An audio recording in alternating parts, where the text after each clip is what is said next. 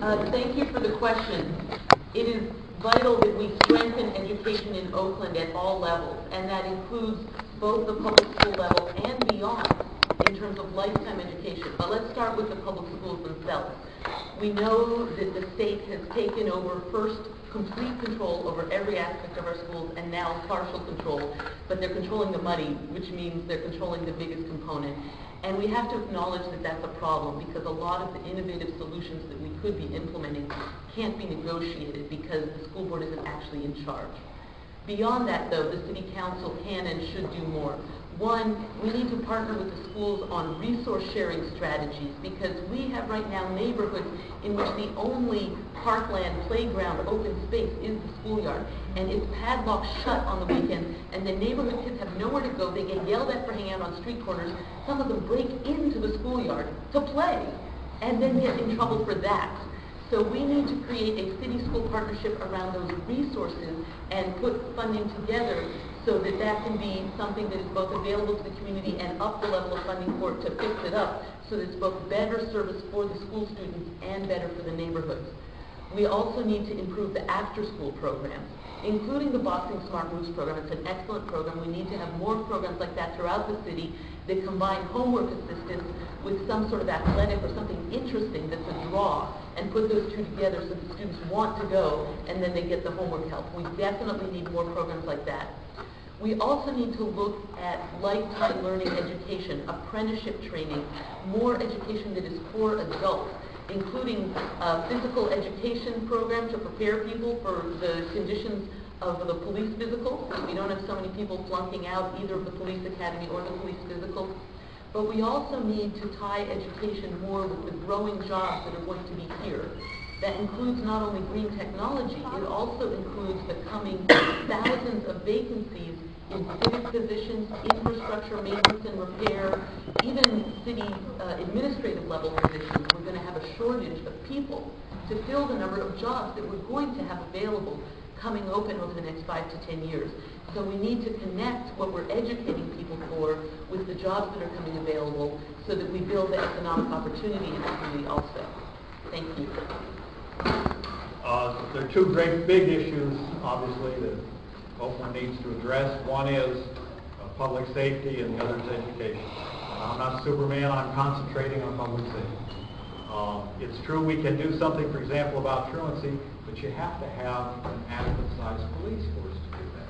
Keep coming back to, if we had 1,100 officers, we could talk meaningfully and realistically about that. Like this, getting the kids back in school, it's good for them, it's good for the school finances because of the average daily attendance money.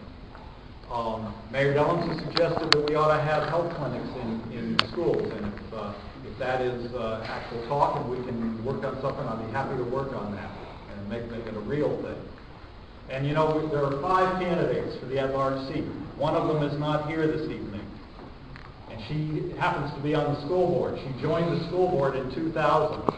From 1999 until the school board went into a $100 million bankruptcy in 2003, there was report after report from auditors from the FCMAT and other teams telling you that this budget was a disaster, that you couldn't believe it. It was something that was unwilling or unable to read the budget. And now they're saying, my experience is I've been on the school board for 8 years, I ought to be in city council.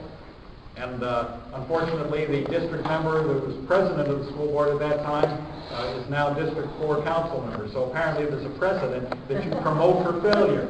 Just like you do for AC Transit, the fare gets higher, the service gets worse. I've been working on this hard, get my next office. I'm not a career politician.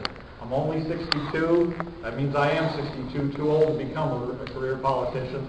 Fortunate enough to take early retirement. I want to get a job done. I want to do something for Oakland and then move on. So that's your choice, career politicians or a grassroots actor. Well, I agree with what both these my two opponents said. A little of both. I agree with Rebecca for telling you about the Smart Move program. And I need to add one thing, and that is we received the Barbara Boxer Award for excellence in education in 1999, 2000. And the gist of that program is that when young men get out of school in the neighborhood where we are out in East Oakland, they can't say they're going to study. They got to say, I'm going to box. So they can say they're going to box because we got a gym. And when they get there, they have to do 3 hours of homework. So that's how we work that. The other thing is, I was on the school board site council. I was the president of the school board site council at Elmhurst Middle School.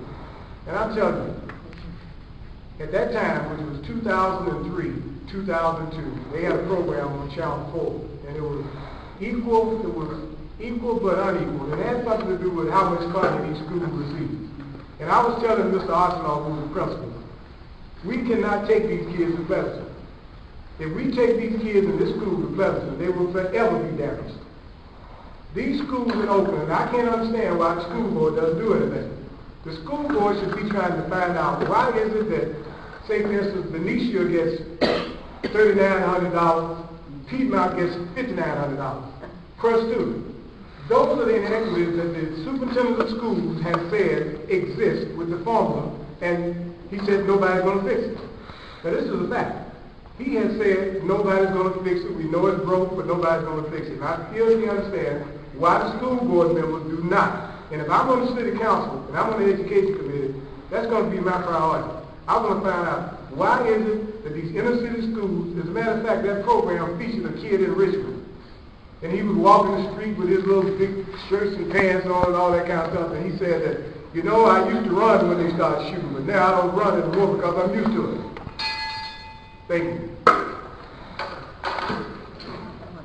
Well, as everyone else has pointed out, the biggest problem with the school is that there's one person who makes decisions about it, the state administrator. He's accountable to no one but the state superintendent of schools. So your schools are controlled by a man in Sacramento who probably doesn't know Fairmont from Fairview from Fairfield, and quite frankly doesn't really care. The way that this money is being spent is virtually no accountability.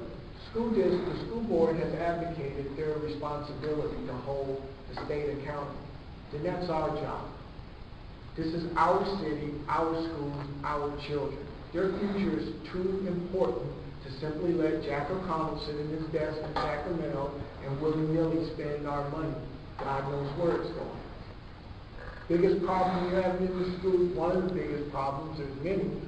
If you realize over 15% of our school students in Oakland go to charter schools, where they're draining resources out of the Oakland public schools, and they're putting them in mostly in for-profit companies to educate our kids. And the only person who has a say-so in that is Jack O'Connell. Well, I support the work of our Assemblyman, Andre Swanson, to hold Mr. O'Connell accountable for how he spends our money and attempts to educate our children. I support Mr. Andre Swanson's efforts to ensure that we have local input and control of our education of our kids. And if the school board won't do it, then it's the city council's job to do it. When's the last time you have seen any report that shows how your money is being spent? You taxed yourself with Measure Y a few years ago and then reauthorized it again now to set aside money to pay for programs that are outside the curriculum, like art and music, and they help fund recruitment of teachers. When have you ever seen that money reported in that county report?